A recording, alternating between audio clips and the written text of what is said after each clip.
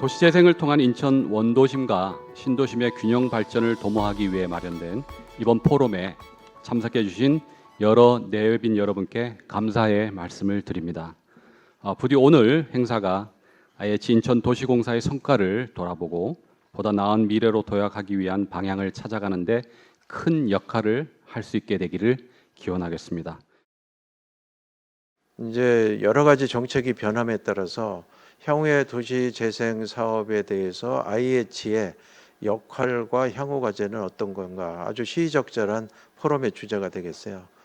또 우리 지역사회에서 또 큰 역할을 해주시는 우리 이우정 총장님 그리고 정창기 교수님이 발제를 또 마침 해주셔서 오늘 이렇게 발제돼서 토론된 내용들을 저희들이 잘 경청하고 정리가 돼서 향후에 IH의 도시개발, 도시재생 방향과 또 저희들이 여러 가지 사항들을 점검할 수 있는 좋은 주제로 저희들이 가지고 가겠습니다. 요새 재물포 르네상스라든지 뉴홍콩 시티라든지 인천시도 뭔가 도시 문제를 어떻게 전략적으로 고민하는 상황이고 또 새 정부 차원에서는 도시 재생을 전반적으로 지금 리세팅하는 그런 와중인 걸로 알고 있습니다. 그래서 도시공사도 고민이 좀 많으신 것 같아요. 항만 재생이라든지 문화 재생이라든지 이런 시대적인 흐름과 잘 맥을 맞추면서 현장에서도 더 좋은 도시를 만들려고 실천적 고민을 하시고 있어서 그러면 저희 언론인 클럽하고 한번 공론을 한번 해봅시다. 이래서 이거를 좀 앞으로도 더 의미가 오늘 통해서 깊어지면 또 계속 이어가고자 하는 그런 생각입니다. 2000년대에는 지역의 국회의원들이 우리 지역에 뉴타운 하나 하겠다 하는 거 공약 내걸지 않으면 국회의원 선거에 당선되기가 어려운 그런 정도로 뉴타운의 붐이 일었습니다마는 실제로 뉴타운이 성공한 예는 우리나라 그렇게 많지는 않습니다. 경기도에서도 12개 시군에 23개 2008년에만 23개 지구를 지정했습니다마는 이 중에 성공한 것은 많지 않다. 그동안의 그 고도 성장기의 문제들은 주로 탑다운 개발이었고 성장 중심이었으며 주택을 공급하는 것, 그러니까 숫자를 늘리는데 굉장히 초점이 맞춰져 있었다 이렇게 볼 수 있죠. 이러한 상황에서 여러 가지 도시주택 정책의 문제점이 생긴다고 볼 수 있습니다. 영국의 커뮤니티 플래닝이라는 기관에서 도시 재생을 위해서 어떤 자세를 가져야 되느냐 하는 것을 이렇게 30가지를 정리를 했어요. 하나는 바람직한 도시재생 실행을 위한 계획과의 자세 이런 걸로 해서 한 10가지를 얘기를 했습니다. 정답은 없지만은 이렇게 이제 해답을 같이 한번 논의하는 그런 시간을 오늘 그래서 저는 제 의견도 있습니다만은 같이 고민해보자 이제 그런 차원에서 오늘 제가 30분을 쓰겠습니다.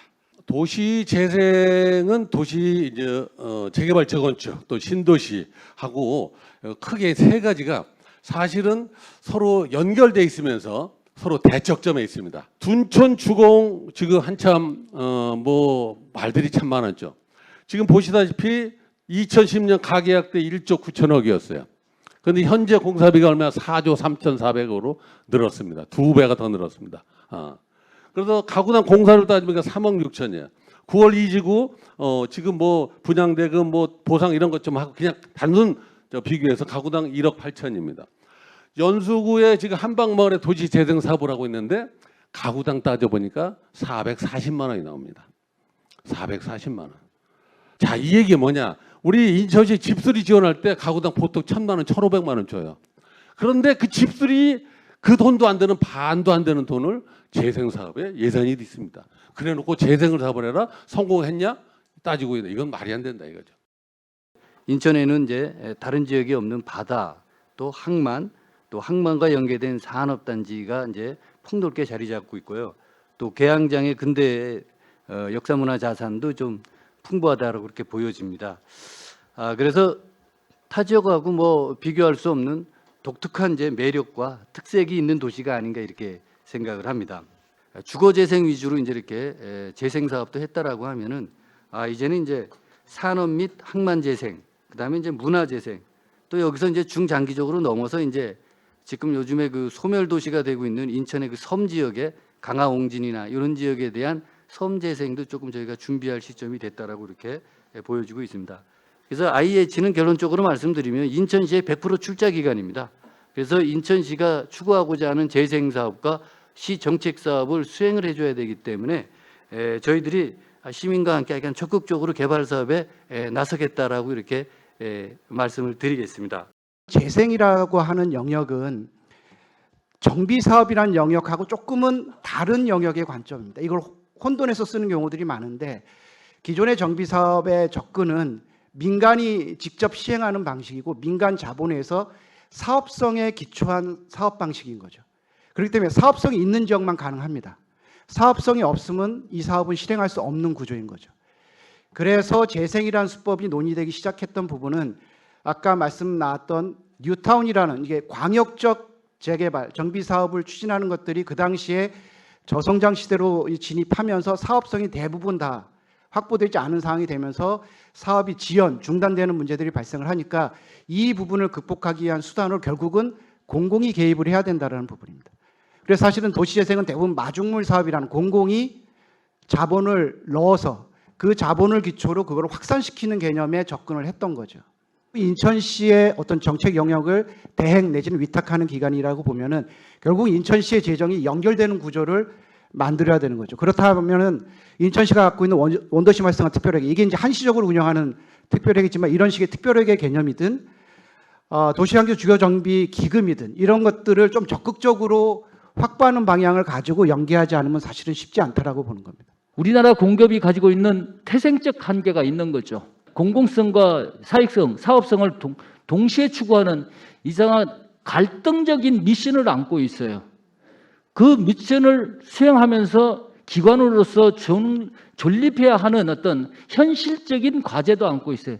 그러다 보니까 대부분의 사업들이 사업성의 비중을 상당히 많이 둘 수밖에 없는 그런 현실이에요. 공공이 가야만이 도시를 살릴 수 있는 그 부분에 대해서는 굉장히 소홀히 했지 않는가 하는 이 갈등적인 태생적 한계에서 빚어진 문제가 아닌가 이렇게 보고 일반 행정기관에서 하지 못하는 전문성을 갖춰야 된다는 얘기예요. 그러니까 시에서 못하는 거, 도시공사가 할 수 있는 거 그걸 빨리 정립을 하고 그 고도의 전문성을 확보를 해서 역할을 같이 하면서 수평적 어깨를 같이 하면서 인천의 도시개발이라든지 또는 도시재생 사업을 끌어가는 그 역할을 빨리 찾아야 된다는 얘기죠. 우리가 런던이라는 곳에 갔을 때 런던이라고 판단하기보다는 수많은 골목들과 아까 수많은 사례들을 봤듯이 그렇게 판단을 하고 있는데 우리가 정말 계속해서 인천이란 담론으로 끌고 가야 될까? 좀 그런 생각이 좀 많이 듭니다. 그래서 지금부터는 저는 이제는 좀 골목에 굉장히 많이 좀 집중을 했으면 좋겠다는 생각이 들어지고 또 한편으로는 저는 골목만 만들자고 얘기하는 건 아닙니다. 제가 영국에서 있을 때 많은 것들을 좀 봤는데 밀레니엄 브릿지를 넣을 때 다 반대했습니다. 모든 영국 시민들이 전체가 다 반대했고요. 정말로 말도 안 된다. 이 아름다운 템즈강에 고철덩어리가 무슨 말이냐. 네. 현재는 아마 전 세계 최고의 다리가 됐고 많은 사람들이 오는 곳이 됐습니다. 런던 아이도 마찬가지였고요. 아까 에펠탑 얘기 나왔는데 다들 아시겠지만 에펠탑 처음 놓을 때 파리 시민들이 전체가 반대했었습니다. 근데 지금은 어떻게 되겠죠? 네, 지역의 명소가 됐죠. 그러니까 골목만 얘기하는 게 아니라 인천에서도 좀 랜드마크가 될 수 있는 것도 필요한데 그 과정 속에서 우리는 어떤 고민을 해야 될지.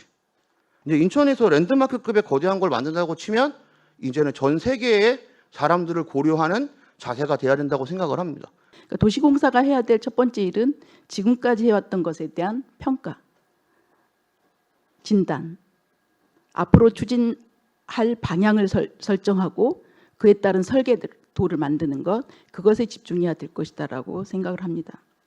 그동안은 도시 개발과 주택 공급에 집중해왔던 도시공사가 도시재생이라고 하는 도시관리 정책의 패러다임 전환으로서의 철학이 바뀐 건데 그런 철학적 기조의 도시관리 어떤 패러다임을 가지고 도시재생 사업을 끌어갈 수 있는가, 그런 체질 개선을 하고 있는가에 대한 굉장히 근본적 의문이 들었습니다.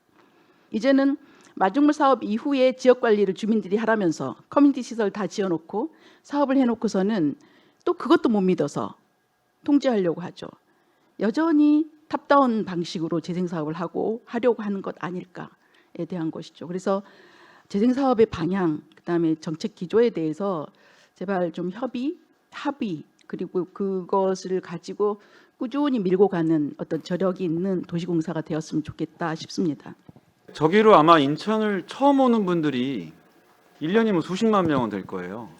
그럼 그분들에게는 저게 인천의 첫인상이거든요. 어찌 보면 지저분하고 흉물스럽고 이런 인천의 그 진입로, 인천의 첫인상을 지난 20년 가까이 동안 도시재생이라는 거창한 얘기가 너무나 많이 나왔음에도 불구하고 방치하고 있다는 건 뭐냐면 우리가 인천시나 인천도시공사나 이 도시재생, 그러니까 이 하드웨어적인 부분 말씀드리는 겁니다. 인천을 어떻게 하겠다는 분들이 어떤 마음으로 인천을 대하고 있느냐라는 질문을 하지 않을 수 없고, 그래서 우리가 초일류 도시도 좋고 거창한 도시계획 재개발 다 좋은데 저는 인천시와 도시공사께 부탁드리고 싶은 말씀은 우리 인천이 우리 스스로를 어떤 마음으로 대하고 있느냐. 모두 수고하셨습니다. 이번 포럼으로 올바른 도시재생을 통한 인천 원도심과 신도심의 균형 발전이 이루어지기를 간절하게 소망합니다. 그리고 그 길에 우리 IH 인천도시공사가 중추적인 역할을 담당해 주시기를 부탁드립니다. 오늘 포럼을 위해서 바쁘신 시간을 쪼개서 준비해 주신 우리 발제자 그리고 토론자 여러분 그리고 내외 기분 여러분 진심으로 감사드립니다. 이것으로 오늘 IH 인천도시공사 도시재생 포럼을 모두 마치겠습니다. 감사합니다.